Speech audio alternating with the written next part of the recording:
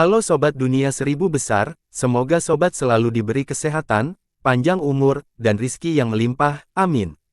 Sebelum masuk ke alur ceritanya, jangan lupa dukung channel ini ya dengan klik subscribe, like, komen, dan share, terima kasih. Mari kita lanjutkan perjalanan, Ji Hao. Ini adalah pertama kalinya Ji Hao berjalan ke kota Puban. Kota ini tidak seperti yang dia bayangkan.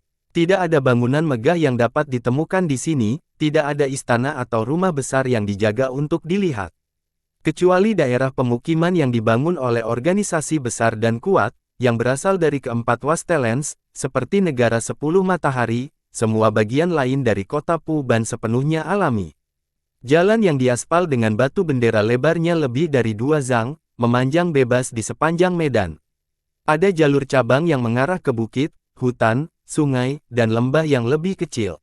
Di bawah bukit-bukit yang lebih kecil itu, di dalam hutan dan lembah-lembah itu, dan di samping sungai atau sungai, Anda dapat melihat sebuah kabin, atau sebuah bangunan kecil, atau beberapa rumah batu yang dibangun dalam lingkaran. Bangunan-bangunan di kota Puban ini jarang dibangun di atas fitur geografis alam. Orang-orang yang berasal dari klan yang sama, akan membangun kediaman mereka di dekat rumah anggota klan mereka, sementara orang-orang dari klan yang berbeda tinggal relatif jauh satu sama lain. Di mata Ji Hao, kota Puban adalah unit besar yang terdiri dari desa-desa yang lebih kecil. Sepertinya tangan raksasa telah dengan mudah meraih ribuan, bahkan puluhan ribu desa, dan secara acak melemparkannya ke kota Puban yang indah dan subur ini. Dengan desa-desa kecil ini, kota Puban terbentuk secara bertahap. Kuek, dukun, sekelompok besar bebek berkepala hijau, yang terlalu gemuk untuk bergerak, berjalan di sepanjang jalan. Hampir 3.000 bebek berjalan menuju Ji Hao sambil mengayunkan tubuh mereka. Bebek yang berjalan di depan pasukan, yang tampak seperti seorang pemimpin, dengan bangga mengeluarkan beberapa dukun pada Ji Hao, bahkan mencondongkan kepalanya ke depan untuk mencoba mematuk Ji Hao. Ji Hao hanya bisa menyingkir dan berdiri di gugusan rumput yang mencapai pinggangnya, dan membiarkan bebek-bebek itu menguasai seluruh jalan. Kelompok bebek gemuk ini perlahan berjalan melewati Ji Hao sambil mengayunkan pantat gemuk bulat mereka. Beberapa bebek betina tiba-tiba mengangkat punggung mereka dan menggemetar tubuh mereka, mengeluarkan beberapa telur bebek hijau hangat di atas rumput. Ji Hao membungkuk gembira, bersiap untuk mengambil beberapa telur itu. Dia berencana untuk merebusnya nanti sebagai makan malamnya, tetapi dua anjing besar dan kurus segera bergegas, sambil mengibas-ngibaskan ekornya. Mereka praktis menggulung beberapa telur itu dengan lidah mereka, tepat setelah itu, seekor keledai putih kecil yang lucu dan berbulu, membawa keranjang besar di punggungnya, berlari dengan cepat. Kedua anjing ini dengan lembut memasukkan telur bebek itu ke dalam keranjang yang dibawa di punggung keledai, lalu mendorong lidah mereka yang panjang dan basah, menjilati telapak tangan Ji Hao dengan ramah, meninggalkan bau kotoran bebek yang cukup segar di telapak tangannya. Bagus, anjing yang bagus. Ji Hao menjadi tidak bisa berkata-kata sambil menunjukkan bagian putih matanya. Dia kemudian menggosok leher kedua anjing itu, seolah-olah mereka adalah teman lama. Anjing yang sangat bagus, keduanya panjangnya lebih dari 6 kaki dan memiliki bulu yang cerah dan bersinar. Anda bisa dengan jelas melihat otot-otot mereka yang kokoh di bawah kulit mereka, yang tampak begitu kuat dan sehat. Apa yang membuat Ji Hao merasa semakin terdiam adalah dia bisa merasakan lebih dari 10 magus acu points, yang melepaskan rasa kekuatan yang kuat, dari masing-masing tubuh anjing itu. Kedua anjing ini sama-sama binatang tingkat penyihir senior, dan masing-masing bahkan memiliki jumlah akupuntur magus 2 kali lipat daripada Ji Hao. Kedua anjing itu sepertinya sangat menyukai bau Ji Hao yang sederhana dan alami. Mereka tetap berada di sekitar tubuhnya dan terus menggosok kakinya dengan leher mereka. Keledai kecil itu tetap berdiri diam di samping Ji Hao, perlahan mengeluarkan lidah merah mudanya yang panjang ke dalam gugusan rumput, lalu dengan cepat menggulung sehelai besar semanggi bunga ungu dan anggrek lidah putih ke dalam mulutnya, yang mulai diakunya perlahan. Teman kecilku di sana, baik bunga besar maupun bunga kecil sepertinya menyukaimu. Diikuti oleh suara ini, seorang pria tua, yang mengenakan jas hujan dan topi hujan besar yang terbuat dari bambu, berjalan perlahan di belakang bebek. Dia memiliki keranjang bambu yang dirancang untuk membawa ikan, diikat di pinggangnya. Angin sepoi-sepoi bertiup di wajahnya, dan hujan kecil turun di tubuhnya. Siluet pria tua ini sepertinya telah menyatu dengan seluruh dunia ini, begitu alami dan indah, seperti lukisan tinta dan cucian.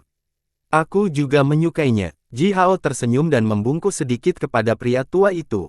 Bahkan anjing-anjing pria tua ini adalah binatang tingkat penyihir senior. Cukup mudah untuk membayangkan betapa kuatnya pria tua ini. Setiap anak yang bisa diperlakukan ramah oleh bunga besar dan bunga kecil semuanya adalah anak-anak yang baik, kata pria tua itu sambil mengeluarkan sepotong akar tanaman seperti ubi Cina yang diresi, dan menyerahkannya kepada Ji Hao, lalu berkata, tidak seperti beberapa anak lain, yang akan selalu dikejar dan digigit oleh bunga besar dan bunga kecil. Suatu kali mereka hampir menggigit pantat anak laki-laki itu.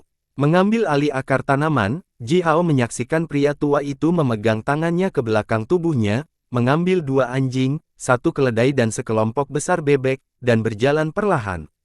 Dia tiba-tiba berbicara, dan bertanya, "Tetua yang terhormat, apakah Anda tahu di mana sisi, rumah Keoncong, berada?"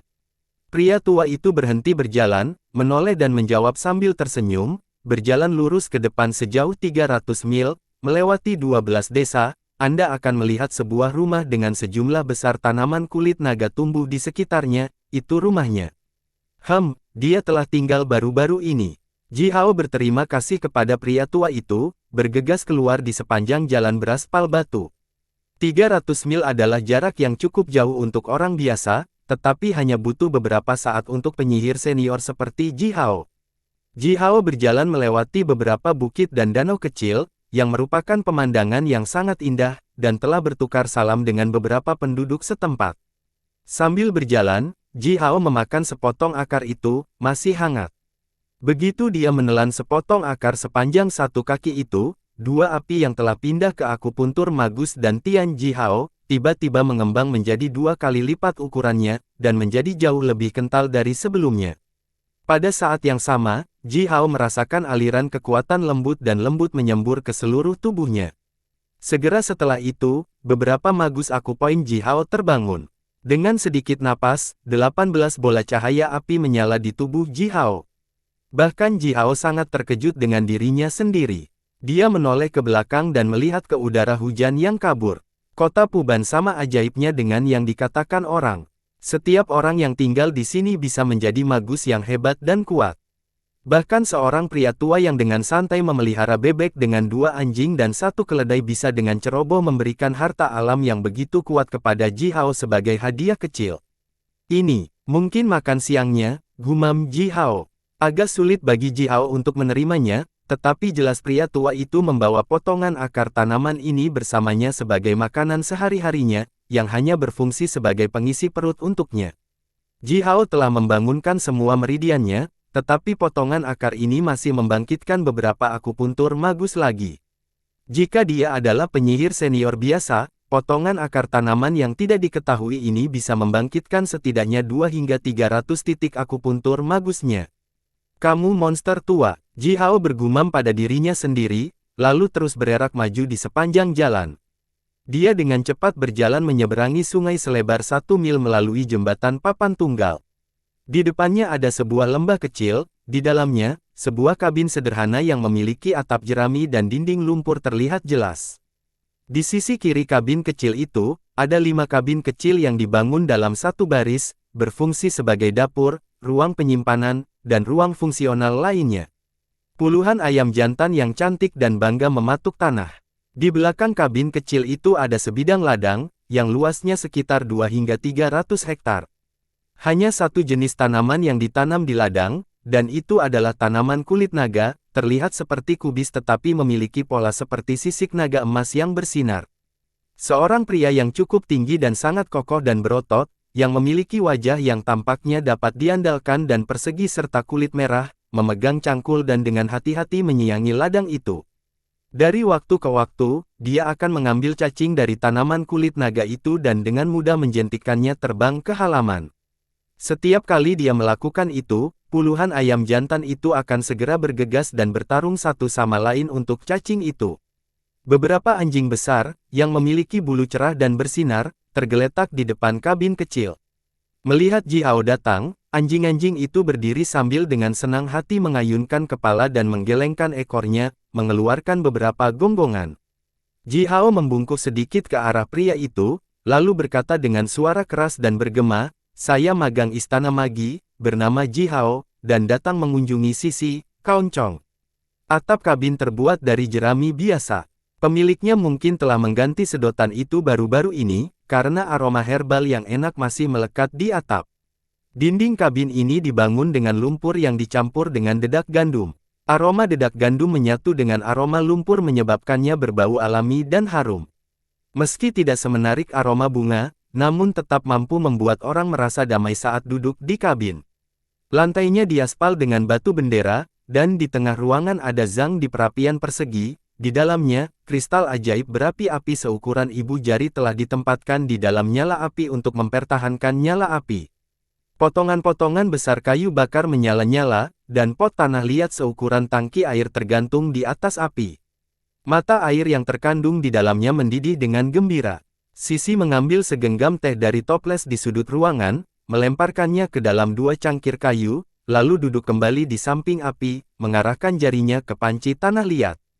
Diikuti dengan gerakannya, 2 aliran air mendidih terbang dari panci dan mengalir ke dalam 2 cangkir. Segera, 2 cangkir teh yang mengepul dan harum selesai. Sisi menyerahkan cangkir kepada Ji Hao, tersenyum dan berkata, "Nak, minum." "Haha, teh ini dikumpulkan sendiri dari gunung, di musim semi ini." Mata airnya manis dan tehnya memiliki aroma yang pekat dan kuat. Meskipun rasanya tidak seberaroma jenis teh bermutu tinggi lainnya, rasanya cukup pekat dan panas sehingga begitu Ji Hao menyesap teh itu, dia merasakan embusan udara panas menyembur langsung ke perutnya. Segera, dahinya ditutupi dengan lapisan tipis keringat. "Paman," Ji Hao meletakkan cangkir itu, memberi hormat kepada Sisi dengan sopan dan berkata. Sisi memasukkan tangannya ke dalam abu arang panas yang terik di perapian dan mengeluarkan beberapa bola lumpur dari tumpukan abu. Dia menepuk setiap bola lumpur untuk sementara waktu, lalu menjentikkan bola lumpur itu, memecahkannya dengan jari-jarinya dan menunjukkan merpati putih yang dipanggang dengan baik, mendesis dan berminyak yang terbungkus lumpur. "Minumlah tehnya, dan di sini, makan daging. Oh, dan, jangan panggil aku paman." Sisi menyerahkan Ji Hao seekor merpati panggang, yang dipanggang dengan sangat baik bahkan tulangnya menjadi renyah, lalu menggosok dagunya sendiri yang bersih dan lembut yang bahkan tidak memiliki janggut pun, dan berkata kepada Ji Hao, "Jangan panggil aku paman, panggil aku saudara Sisi, hahaha, aku belum setua paman." Ji Hao memegang merpati panggang itu, menjadi sangat tidak bisa berkata-kata, sambil menatap Sisi, bahkan tanpa tahu bagaimana menanggapinya. Dia memanggil si Wenming, Paman Wenming, dan Sisi ini di sini adalah ayah si Wenming yang berhubungan darah. Bagaimana Ji Hao bisa memanggilnya saudara? Sisi menatap Ji Hao sambil menyeringai, sambil benar-benar memburu merpati panggangnya, termasuk tulangnya, hanya menyisakan kepala merpati yang tidak memiliki terlalu banyak daging di atasnya. Dia melemparkannya ke dalam api dan membiarkannya terbakar. Dia kemudian mengangkat cangkir itu, terlihat cukup puas, dan meneguk tehnya, lalu menyeringai dan berkata, "Abaikan anak Wenming itu, dia suka menjadi paman, biarkan dia.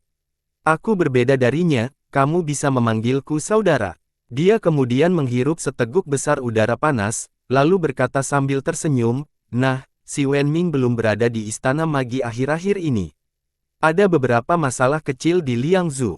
Dia dan keponakannya pergi ke sana, mencegah kota dari masalah besar yang nyata. Kamu Ji Hao, aku tahu tentangmu. Wenming telah memberitahuku. Dia memintaku untuk merawat beberapa anak untuknya, kamu salah satunya." Meletakkan cangkirnya, Sisi melanjutkan dengan serius, "Nah, masalah macam apa yang kamu hadapi? Aku tahu, kamu tidak akan datang kepadaku jika itu bukan yang besar." Si Wenming keluar dari Istana Magi untuk tugas darurat, tetapi dia tidak lupa meminta ayahnya sendiri untuk membantu menjaga Ji Hao.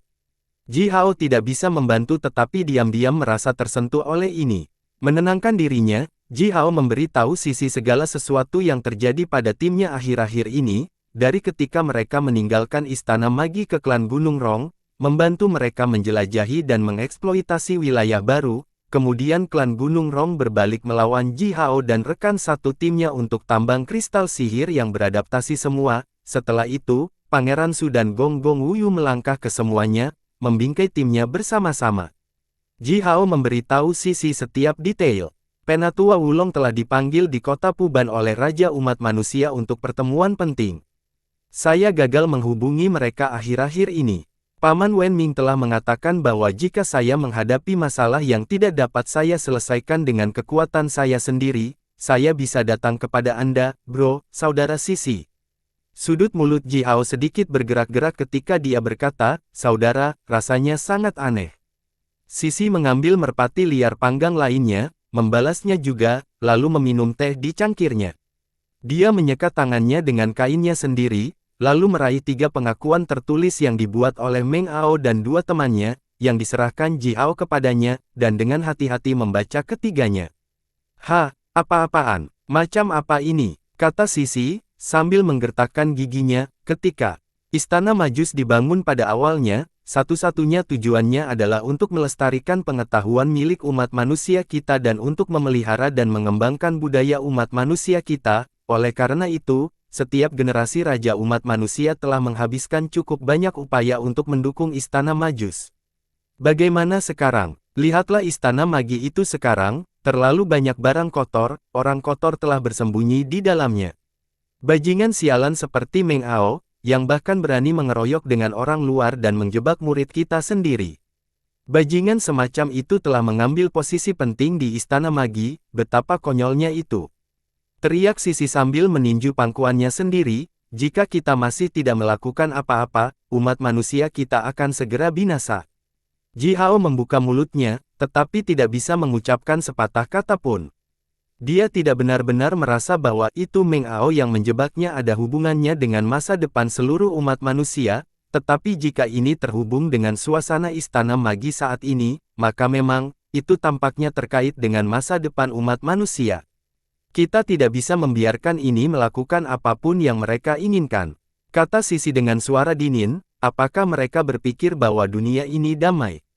Konyol, jika bukan itu. Orang-orang itu telah melupakan hal-hal menakutkan dan mengerikan yang terjadi sejak lama, tetapi saya belum, dan anggota klan saya juga belum. Bangkit dari kursinya, Sisi berteriak pada Ji Hao, Ji Hao. Ikuti aku, ayo temui Kaisar Sun. Ji Hao hampir ketakutan dengan tindakan dan kata-kata Sisi. Dia langsung melompat dari kursinya. Dia memandang Sisi dengan kaget dan bingung dan bertanya, apa? Bro, saudara Sisi, temui Kaisar Sun. Apakah kamu mengatakan itu atau apakah aku salah mendengarmu? Sisi memandang Ji Hao seolah-olah dia sedang melihat orang aneh. Bingung, dia menggelengkan kepalanya dan bertanya balik, mengapa?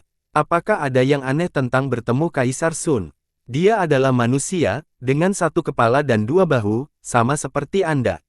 Dia tidak memiliki 2 jari lebih banyak atau 1 bola mata lebih banyak darimu, mengapa kamu bertindak begitu aneh? Ji Hao hanya setinggi pinggang Sisi, oleh karena itu, sebelum Ji Hao bisa mengatakan apa-apa, Sisi telah meraih bahunya dan menggendongnya. Dia berjalan keluar dari kabin dengan langkah besar lalu langsung terbang ke udara.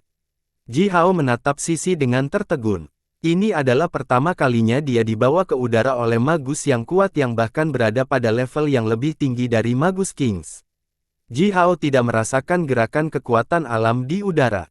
Ketika Sisi terbang, semua kekuatan alam stabil seperti biasanya, sama sekali berbeda dari ketika Ji Hao mengumpulkan kekuatan alam, menginjak-injak awan dan terbang. Sisi murni bergantung pada kekuatan besar yang terkandung dalam tubuhnya sendiri, tidak termasuk gravitasi bumi dan mendorong dirinya ke udara dengan jenis kekuatan magis tertentu, yang memungkinkannya terbang di langit seperti burung bebas. Ini adalah naluri. Apa yang dimaksud dengan ini adalah, ketika seorang magus mengolah dirinya sendiri sampai dia mencapai level Sisi, terbang akan menjadi naluri, seperti berjalan, yang secara otomatis bisa terjadi tanpa bantuan kekuatan luar. Seorang magus yang kuat seperti Sisi bisa dengan bebas melakukan perjalanan melintasi kehampaan kapanpun dia mau. Kepala Ji Hao tiba-tiba dipenuhi dengan segala macam pikiran. Dia memikirkan banyak hal dalam sekejap. Dia memikirkan ras naga, yang lahir dengan kemampuan untuk melakukan perjalanan melintasi semua jenis ruang, dan ras Phoenix yang lahir dengan kemampuan terbang juga. Dia mulai bertanya-tanya kapan seorang manusia mengolah dirinya sampai tingkat tertentu dan mampu secara naluriah terbang seperti naga dan burung Phoenix. Apakah itu evolusi atau kembali ke naluri manusia yang sebenarnya?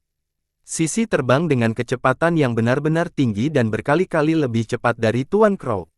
Hanya dalam 10 menit, Sisi telah terbang ke daerah pegunungan yang indah dan mendarat di depan area besar yang tampaknya perumahan, dengan arsitektur sipil unggulan yang dibangun dalam barisan. Ji Hao tidak punya cukup waktu untuk melihat-lihat karena Sisi membawanya langsung ke sebuah bangunan kayu besar, yang cukup besar untuk menampung puluhan ribu orang untuk rapat. Setelah masuk, Sisi dengan keras berteriak pada seorang pria parubaya, yang duduk di tengah aula. Menjauh, seseorang menjebak adik laki-laki saya. Menurutmu apa yang harus kita lakukan? Mendengar teriakan Sisi yang keras dan tidak terkendali, Ji Hao hampir memuntahkan seteguk besar darah. Kaisar Sun sedang duduk di aula, mengenakan pakaian rami sederhana dan sepatu jerami. Rambutnya yang panjang dibuat sanggul, tersangkut dengan ranting pohon suci. Mirip dengan bagaimana para menteri duduk di sampingnya, Kaisar Sun juga duduk di atas bantal jerami dengan kaki disilangkan, tidak terlihat ada yang istimewa, tidak menunjukkan sesuatu yang berbeda yang mungkin menunjukkan status tingginya yang legendaris. Matanya sangat cerah, dengan masing-masing mata memiliki pupil ganda. Ketika dia melihat Anda akan merasa seolah-olah Anda telah memperoleh wawasan yang langsung mencapai jiwa Anda. Ini adalah satu-satunya spesialisasi yang dapat Anda ketahui dari penampilan Kaisar Sun. Dia memiliki bau yang segar dan alami. Meskipun dia tampak seperti pria parubaya, atau bahkan lebih tua, dia berbau seperti hutan pinus setelah hujan musim semi, yang sangat segar dan lembut, dipenuhi dengan kekuatan hidup yang berkembang. Hanya berdasarkan bau ini, Anda mungkin mengira dia hanya seorang anak muda yang bersemangat. Ah, Sisi ada di sini. Melihat Sisi, yang berteriak keras, Kaisar tersenyum hangat dan berkata, saya akan mengundang Anda ke sini. Kami telah membahas daerah pegunungan Chiban di utara selama 2 hari sekarang. Saat ini kita perlu membuka 2 sungai sepanjang 10.000 mil di daerah itu, sesuai dengan formasi sihir kita. Ini sangat mendesak, jadi harus dilakukan dalam waktu 7 hari, bisakah kamu melakukannya? Lebih dari 1.000 orang duduk di aula di atas bantal jerami dengan kaki disilangkan dan mata tertuju pada peta, yang ditempatkan di tengah aula dan terbuat dari pasir emas. Beberapa magus Pries, yang berdiri di depan peta persegi selebar 100 zang, menyuntikkan kekuatan mereka ke dalam peta itu, menyebabkan pasir emas halus itu bergerak, membentuk gunung, sungai, hutan dan bukit. Ketika Kaisar berbicara, seorang magus Pries melambaikan tangannya, tepat setelah itu, 2 sungai yang megah muncul di peta, menggeliat seperti 2 naga di sepanjang fitur geografis, membentuk simbol mantra sihir persegi dan kuat di daerah pegunungan itu. Ji Hao berdiri di samping dan menatap peta, sangat tertegun sehingga rambut halus di punggungnya bahkan berdiri tegak. Dia bisa memahami isi peta barusan. Mereka berencana membuka 10.000 mil sungai sepanjang artifisial di daerah pegunungan bernama Chiban. Melakukan itu, akan menghubungkan semua sumber daya air di daerah itu, membentuk simbol mantra raksasa yang akan mampu mengumpulkan sejumlah besar kekuatan alam, dan akan berfungsi sebagai inti dari formasi sihir yang sangat besar dan kuat yang tak terbayangkan. Sungguh rencana yang luar biasa. Sungguh rencana yang luar biasa dan ajaib. Ji Hao menatap simbol mantra di peta yang dibentuk oleh 2 sungai, terus mengingat simbol mantra dan pengetahuan terkait yang telah dia pelajari di Istana Magi baru-baru ini. Semakin dia menghubungkan pengetahuan dan simbol mantranya yang dipelajari dengan simbol mantra ini di peta, semakin ajaib dan semakin banyak kemungkinan yang dia temukan simbol mantra ini. Semakin lama dia melakukan ini, semakin banyak keringat dingin yang menyembur keluar dari punggungnya.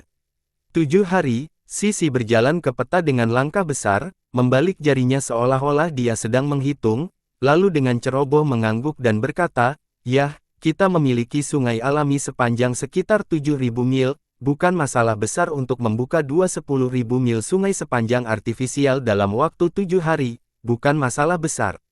Kaisar Sun tersenyum dan berkata kepada menteri lain yang duduk di aula, "Sudah kubilang, jika kita mengundang Sisi ke sini, dia akan terdengar seperti sama sekali tidak akan ada kesulitan baginya." Selama kita menyelesaikan formasi sihir skala raksasa ini, yang akan sesuai dengan mesin perang skala besar itu, kita tidak akan khawatir tentang Gunung Chiban.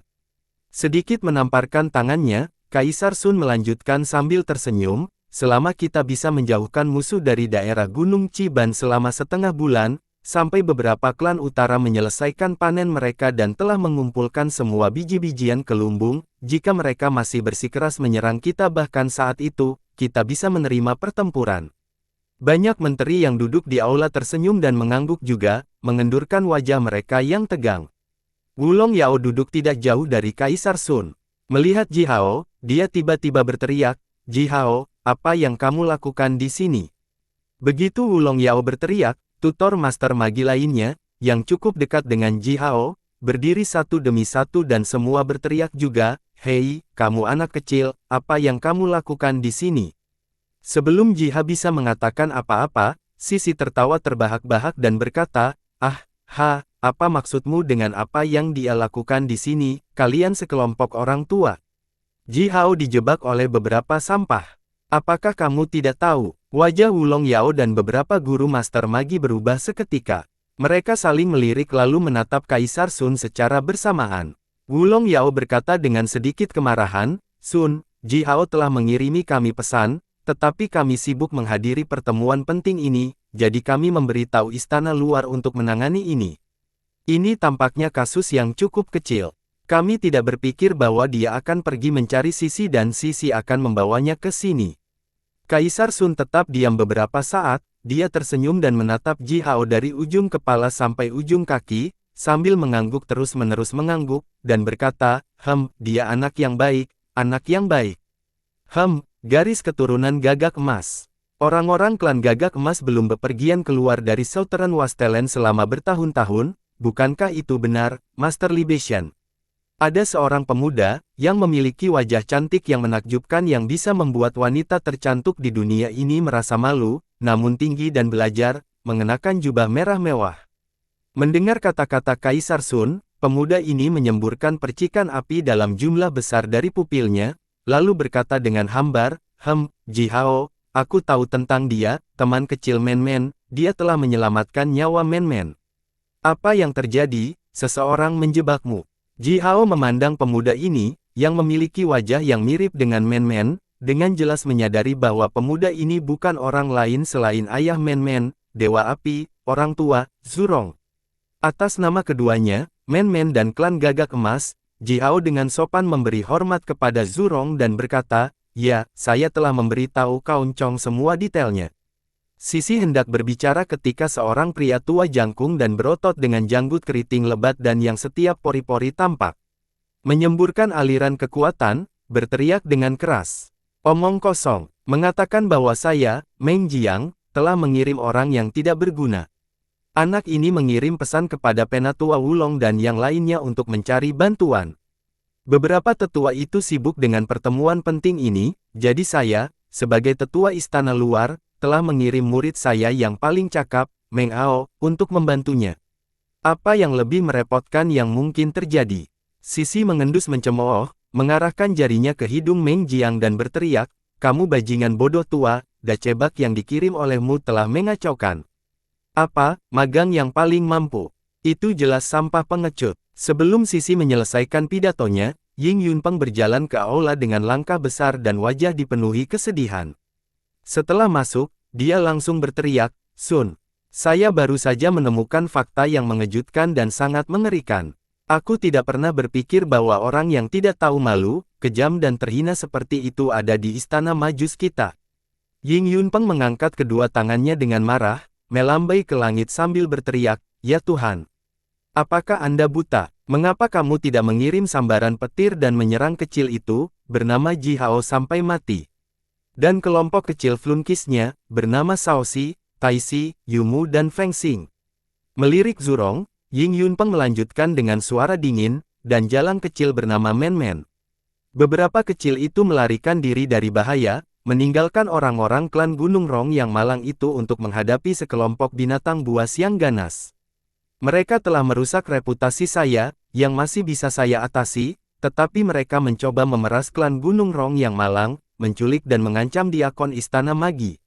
Wajah Ji Hao menegang. Melihat Ying Yunpeng masuk, Ji Hao menyadari betapa bijaksananya dia memutuskan untuk pergi mencari Sisi dan mencari bantuannya, daripada pergi mencari bantuan kembali ke Istana Magi, ketika dia pertama kali menyelinap ke kota Puban.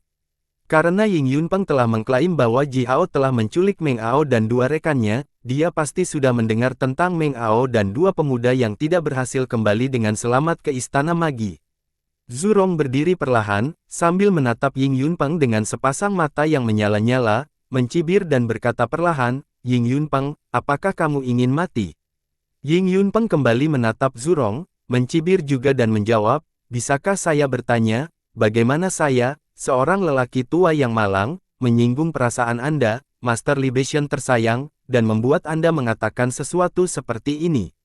Saya berasumsi bahwa Master Libation kami yang terhormat jelas menyadari hal itu, meskipun Anda memiliki patung yang tak tertandingi dan kekuatan yang luar biasa besar, orang-orang Wastelen Timur kami, negara 10 matahari kami yang agung, tidak akan rela diganggu oleh siapapun." Petik 2. Zurong tertawa terbahak-bahak, menunjukkan kemegahan di wajahnya yang cantik, lalu tiba-tiba melepaskan nyala api yang mengamuk. Seluruh tubuhnya berubah menjadi nyala api yang terang dan bersinar. Melihat Zurong hendak melancarkan serangan terhadap Ying Yunpeng, Kaisar Sun tanpa daya menghela nafas, lalu mengucapkan sebuah kalimat. "Siapa yang bisa memberitahuku apa sebenarnya yang telah terjadi?" Begitu Di Sun mengucapkan kalimat itu, aliran kekuatan yang alami dan damai namun besar menyebar di aula. Zurong, yang telah berubah menjadi api yang mengamuk dan menyala-nyala hendak melancarkan serangan, mengendus dengan jijik dan berubah kembali menjadi seorang pemuda cantik berjubah merah, menjaga matanya menyipit dan duduk kembali di kursinya. Namun, dilihat dari cahaya dingin dan tajam yang bocor dari sudut mata Zurong dari waktu ke waktu, kebencian antara Ying Yunpeng dan dia ini mengakar kuat. Wulong Yao dan beberapa guru master magi lainnya semuanya duduk juga, tetapi dengan wajah gelap. Mereka menegakkan leher dan menggertakkan gigi, terlihat sangat marah dan malu. Ti memang telah menerima pesan Ji Hao, tetapi mereka terlalu sibuk menghadiri pertemuan ekstra penting ini dan tidak dapat menyisihkan perhatian untuk menangani masalah Ji Hao. Itu sebabnya, menurut prosedur standar Istana Magi, mereka hanya bisa membiarkan tetua Istana Luar, Meng Jiang, yang juga duduk di aula ini, menangani masalah Ji Hao. Namun, entah bagaimana masalahnya menjadi serius, sampai-sampai Ji Hao tidak punya pilihan selain mencari bantuan Sisi, dan Sisi telah membawanya langsung ke Kaisar Sun. Tidak peduli apa yang terjadi setelah Ji Hao melapor kepada mereka, dan siapapun yang terlibat dalam hal ini, secara keseluruhan, sebagai tutor Ji Hao, semua guru master magi ini merasa sangat tersinggung. Siapapun yang berada di balik masalah, pembingkaian, ini tidak hanya menyinggung martabat mereka tetapi juga menyinggung kekuatan mereka sebagai tetua Istana Majus. Oleh karena itu, ketika mereka melihat Meng Jiang, semua guru master magi ini menunjukkan kemarahan mereka dengan jelas di wajah mereka.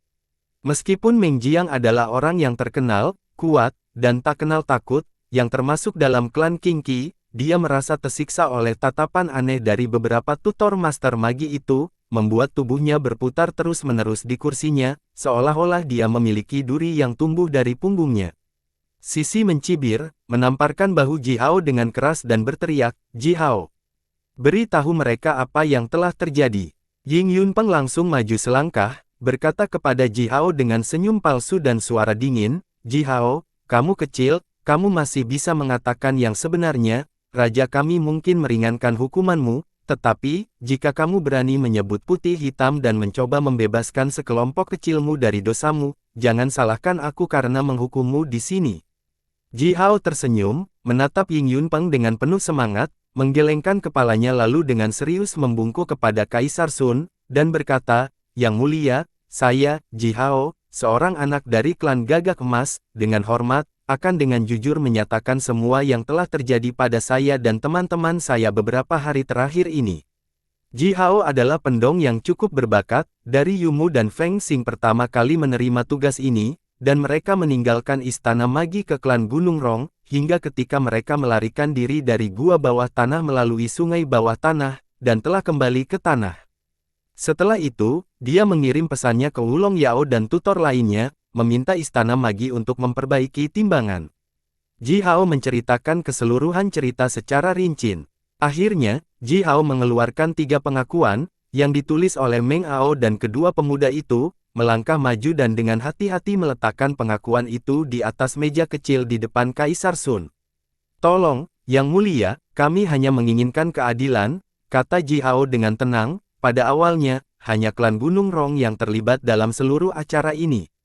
Menurut aturan Southern Wastelen kami, yang menyatakan bahwa kami membayar kembali semua orang yang membantu kami dan membuat semua musuh membayar kesalahan mereka, teman-teman saya dan saya bisa dengan mudah memusnahkan seluruh klan Gunung Rong." "Bagus. Jelas membedakan kebaikan dan kebencian. Anak laki-laki Southern Wastelen kita sangat baik," kata Zurong sambil perlahan bertepuk tangan. Melirik Ji Hao ke arah bertele-tele, Zurong menggelengkan kepalanya dan menghela nafas panjang, lalu berkata, kamu memang anak yang baik, tapi, ingin menjadi menantuku. Kamu masih jauh dari itu." Ji Hao langsung terdiam. Zurong tua ini, apa yang dia pikirkan? Ying Yunpeng berdiri di samping, mendengar kata-kata Ji Hao, dia berteriak dengan kasar, monster kecil yang jahat dan tidak tahu malu. Selain membuat cerita dan membingkai orang lain, beraninya Anda hanya menyebutkan menyeka klan Gunung Rong seperti itu. Apakah Anda bahkan tahu di mana Anda berada? Dan dengan siapa Anda berbicara? Mengeluarkan batuk berlubang, Ji Hao memandang Ying Yunpeng, mencibir dan berkata, tentu saja saya tahu di mana saya berada. Bahkan di depan raja kita, aku berani mengatakan apapun yang aku pikirkan. Klan Gunung Rong mengkhianati kami untuk tambang kristal dan mencoba menjebak kami, bahkan mencoba membunuh kami dan menyegel kebenaran. Bahkan jika aku benar-benar menghapus klan itu benar-benar masuk akal. Memukul drum keras di dadanya sendiri, Ji Hao membalas berteriak padanya, aku, Ji Hao adalah pria yang bermartabat, aku bertanggung jawab atas setiap kata yang kuucapkan. Saya berani memikirkannya, tentu saja, saya berani membicarakannya. Bagus, anak baik. Suara tua dan serak datang dari sudut aula, pembicaraan yang bagus. Anak-anak di kota Puban sekarang semuanya aneh, seperti vagina-vagina kecil itu, menyebut diri mereka pangeran, raja, dan hal-hal seperti itu, mereka bahkan tidak sedikit pun jantan. Anak ini, Ji Hao, aku, orang tua, seperti dia. Semua menteri yang duduk di aula menoleh ke belakang dan melihat ke sudut itu. Setelah itu, kebanyakan dari mereka segera menoleh ke belakang dan tetap diam. Orang yang sedang tidur siang di sudut aula, dan tiba-tiba berteriak barusan, tidak lain adalah orang tua itu, Tuan Naga Lilin, yang telah hidup setidaknya selama 10.000 tahun. Bahkan jika dia berbicara omong kosong sepenuhnya, tidak ada yang berani berdebat dengannya di depan wajahnya. Hanya Ying Yunpeng yang membuka matanya lebar-lebar ketika dia melihat Naga Lilin. Dia langsung menjadi sangat mengamuk bahkan bola matanya berubah menjadi hijau. Tua ini telah menjebaknya dan secara tidak langsung membiarkan semua hal mengerikan itu terjadi padanya. Kaisar Sun menggelengkan kepalanya dan berkata dengan hambar, Ji Hao, kamu sedang berbicara tentang gunung berbohong Su. Ji Hao memandang Kaisar Sun dengan serius dan berkata, tidak hanya dia, tetapi juga Gong Gong Wuyu. Jika bukan karena mereka berdua, kami tidak akan pernah mengganggu Anda, Yang Mulia, untuk masalah sekecil itu. Namun, sekarang sepertinya tetua ini cukup marah karena aku. Saat berbicara, Ji Hao mengarahkan jarinya ke Ying Yunpeng. Ying Yunpeng menunjukkan bagian putih matanya, tiba-tiba berlutut di depan Kaisar Sun dan mulai menangis dan menunjukkan, Yang Mulia, tolong perbaiki sisik untukku. Saya, anak laki-laki saya yang malang, Yun, dan Su, keponakan saya yang baik, dan anak berbakat Great Gale Ling, mereka semua meninggal, menyedihkan. Anak laki-laki malang, semua menteri yang duduk di aula itu sangat bingung. Bukankah Ji Hao mengklaim bahwa dia dijebak? Tapi mengapa Ying Yunpeng mulai menangis di sini? Semua menteri ini tidak meninggalkan aula ini selama berhari-hari dan telah berdiskusi tentang daerah pegunungan Chiban. Mereka belum tahu apa yang terjadi di luar, tetapi setidaknya, mereka telah mendengar tentang kematian putra, keponakan, dan Great Gale Ling Ying Yunpeng. Kaisar Sun mengerutkan kening, menggeram dalam-dalam dan kasar, apa sebenarnya yang terjadi? Mata Ying Yunpeng menunjukkan niat membunuh, menunjuk ke arah Ji Hao dan berteriak dengan suara bernada tinggi, "Dia kecil yang kejam dan jahat ini dan timnya, untuk beberapa konflik kecil, mereka membunuh beberapa anak laki-lakiku yang malang." Ji Hao merentangkan tangannya sendiri dan menghela nafas, wajahnya dipenuhi dengan kepolosan, dan berkata, "Apa? Anda gagal menjebak saya sehingga Anda memutuskan untuk mengatakan apapun yang Anda inginkan." Ying Yunpeng tiba-tiba melompat tinggi dari tanah, melambaikan tangannya dan melemparkan pukulan ke arah Ji Hao, sambil berteriak, "Kecil. Bahkan jika Kaisar Sun akan menghukumku, hari ini aku akan membalas dendam anak-anakku yang malang." Ying Yunpeng adalah raja penyihir yang hebat dan kuat, yang pukulannya menukik ke arah Ji Hao. Jika pukulan ini benar-benar mendarat di tubuh Ji Hao pasti akan dihancurkan menjadi gumpalan asap. Untungnya, Sisi telah berdiri tepat di samping Ji Hao sepanjang waktu. Dia melemparkan pukulan juga dan langsung menyerang tinju Ying Yunpeng. Tinju mereka hanya sedikit bersentuhan tanpa mengeluarkan suara, setelah itu, keduanya mundur selangkah. Ying Yunpeng memuntahkan seteguk besar darah, sementara Sisi tetap baik-baik saja. Ying Yunpeng berlutut di tanah dan mulai menangis lagi, sambil berteriak, "Tolong, seseorang, tunjukkan keadilan kepada kami. Untuk anak-anak malang yang mati dari negara 10 matahari kita." Kaisar Sun tetap benar-benar tenang, sambil hanya menatap Ji Hao dari ujung kepala sampai ujung kaki. Tetap diam beberapa saat, Kaisar Sun berkata dengan nada hambar yang sama, "Di mana Hao Tao? Ayo, bawa Ji Hao dan Ying Yunpeng ke dalam tahanan. Setelah kami menemukan kebenaran, kami akan menangani mereka berdua." Seorang pria kuat, yang memiliki wajah ungu, persegi dan agung, berjalan keluar dari kerumunan menteri, meraih bahu Ji Hao dengan satu tangan, tangan lainnya meraih bahu Ying Yunpeng, dan berjalan keluar aula. Di bawah kendali Hao Tao, Ji Hao benar-benar kehilangan kekuatan untuk melawan. Tidak seperti dia, Ying Yunpeng dengan patuh didorong oleh Hao Tao untuk berjalan keluar dari aula. Hao Tao memberi orang perasaan yang sangat jujur dan terhormat, dan wajahnya serius dan kaku seperti batu utama.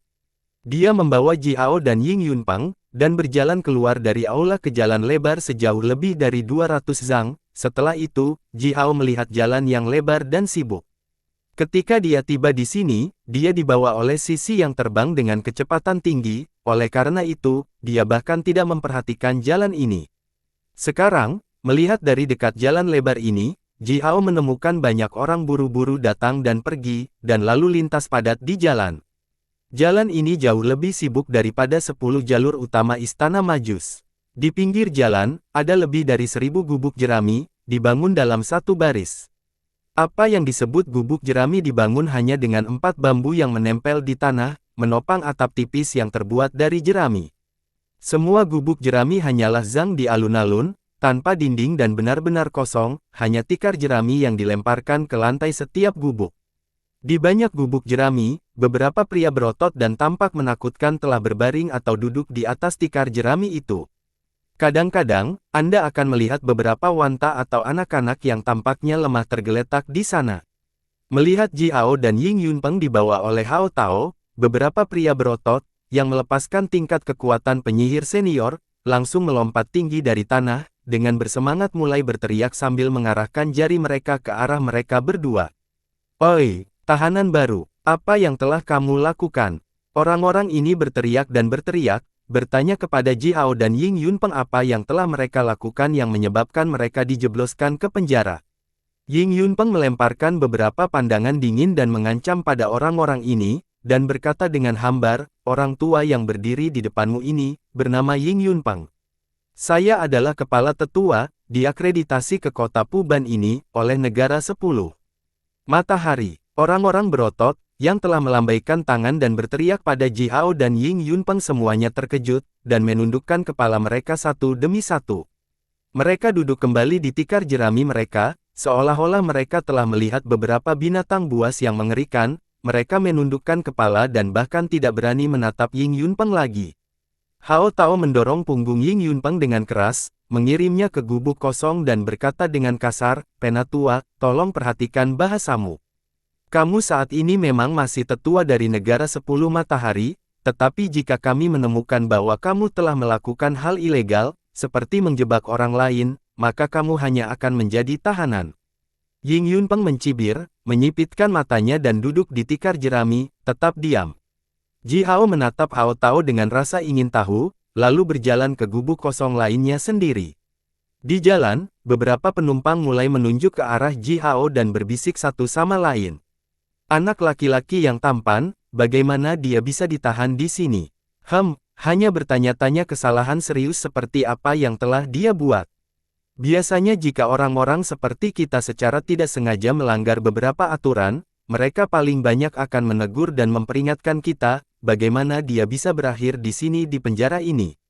Sangat memalukan, tubuh yang cantik, terlihat muda juga, tapi namun, dia rasa kekuatan yang dia lepaskan cukup kuat. Dia pasti akan tumbuh menjadi penyihir yang luar biasa. Mengapa dia tidak belajar untuk menjadi baik dan jujur? Yah, anak-anak selalu bisa bingung. Tidak mungkin bagi anak-anak untuk benar-benar mematuhi hukum, tetapi orang tua seperti ini, bagaimana dia bisa berakhir di penjara ini juga? Pasti orang berdosa tua yang besar. Segera, Ying Yunpeng menjadi topik, bukan Ji Hao. Orang-orang berhenti berjalan dan berdiri sedemikian rupa sehingga mereka mengelilingi gubuknya dan berdiskusi tentang dia.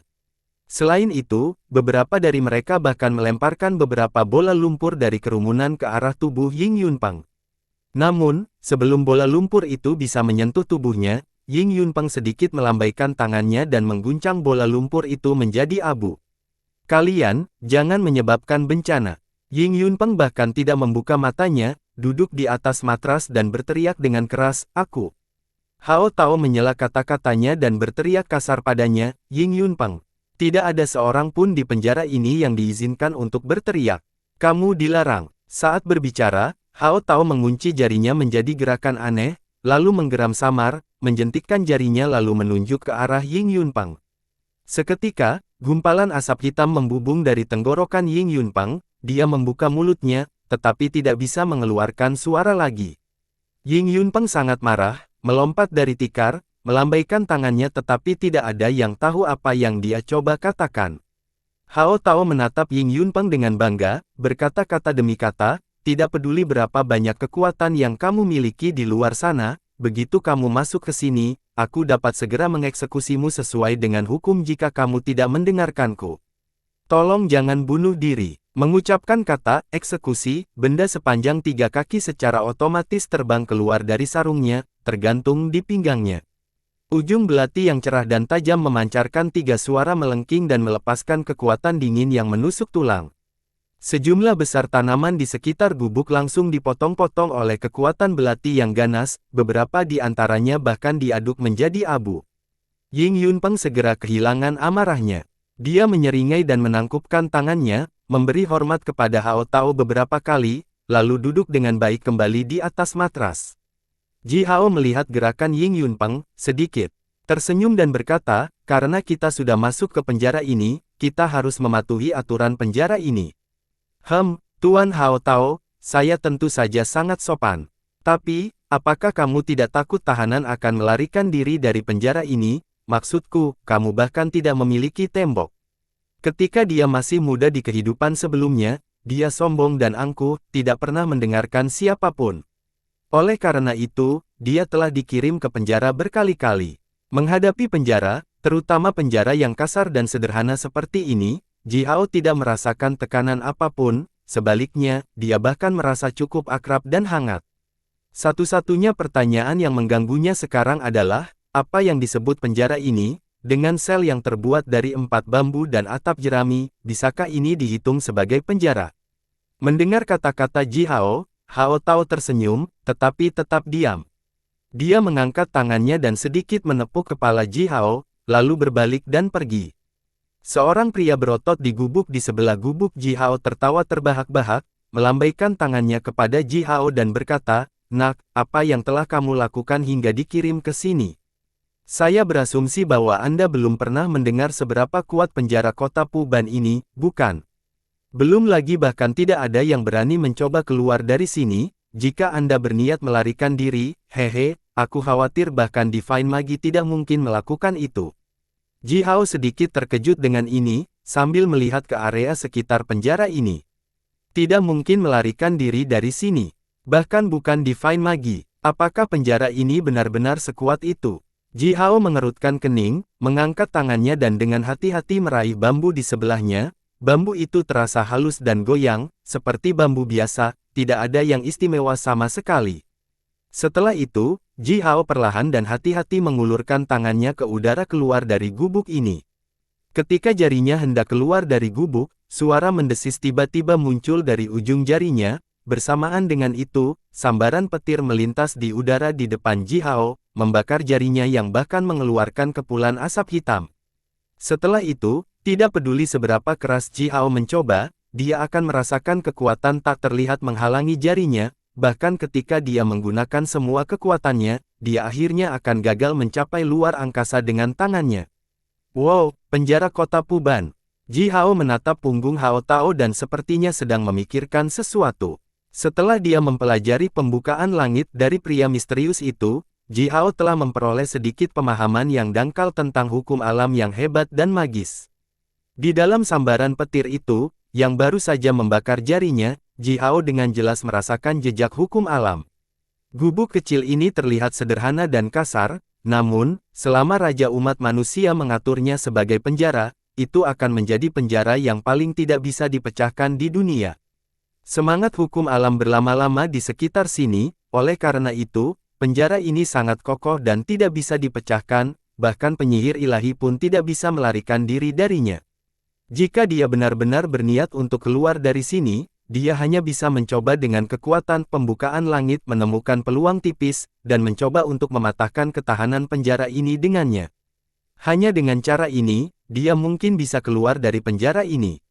Penjara yang luar biasa, duduk di atas tikar jerami, Ji Hao tersenyum dan berkata kepada Ying Yunpeng, yang telah duduk di gubuk di sebelahnya, apa yang telah diberikan Pangeran Wu Yu dan Pangeran Su padamu, yang membuatmu bersedia menjebakku untuk mereka? Atau, apakah kamu hanya membenciku? Tenggorokan Ying Yunpeng masih terbungkus embusan asap hitam, dia hanya bisa menatap Ji Hao dengan ekspresi kesal, tetapi tidak bisa mengucapkan sepatah kata pun. Bersambung.